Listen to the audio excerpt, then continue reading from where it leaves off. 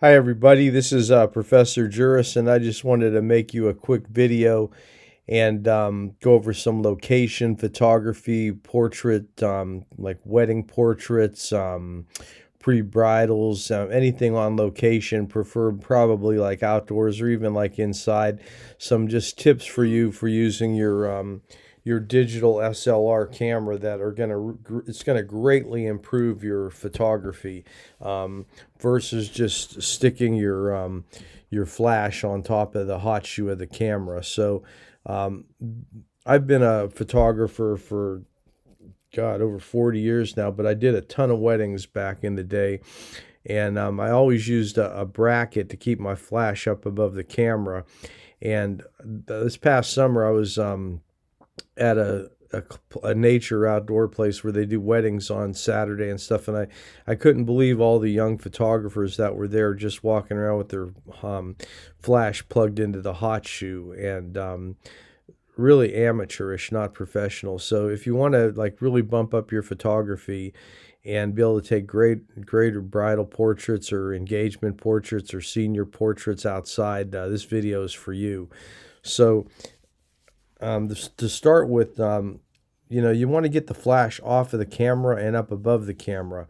And I recommend this bracket right here. And the things I'm going to show you are all sold from B&H Photo in New York City. And I'm not endorsed from them or anything, but that's the place I buy all my stuff at, and have been buying stuff from them for 40 years probably.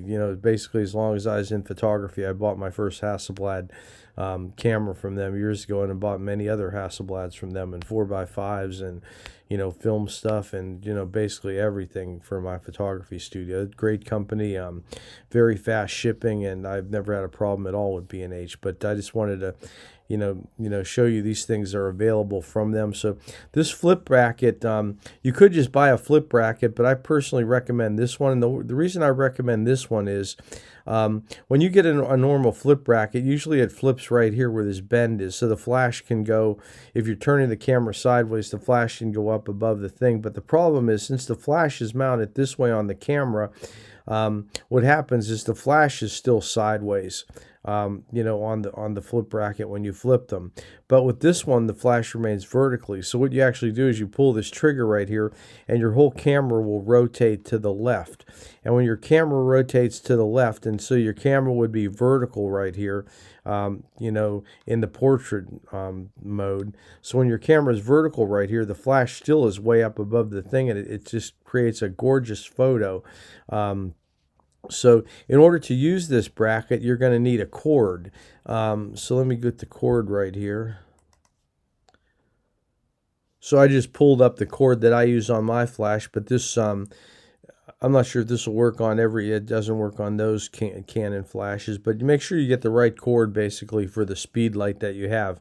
And the way this works is this will plug into the hot shoe on your camera, and then the flash will plug, or the speed light will plug into this hot shoe right here. And then what you do is you mount this on top of the bracket. So if I go back to the bracket right here, so this part right here mounts up on top of here, and I just took the screw out, and I actually might have got something different when I put that in there, but I mounted this over to here then. So to make a nice, you want to make sure you have a nice solid mount, and then this part goes onto your camera, and then you can just use it normally in the landscape mode when your camera's on here normally. But when you flip this and the camera goes up, it also keeps the flash up above your camera.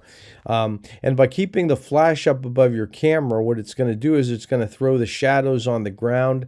It's going to create more of an indirect light, and to even increase that for doing your portraits. And again, this is I usually mostly use this. Well, I did it for a whole wedding, inside and outside, but this really creates gorgeous photos outside if you're like doing senior pictures outside.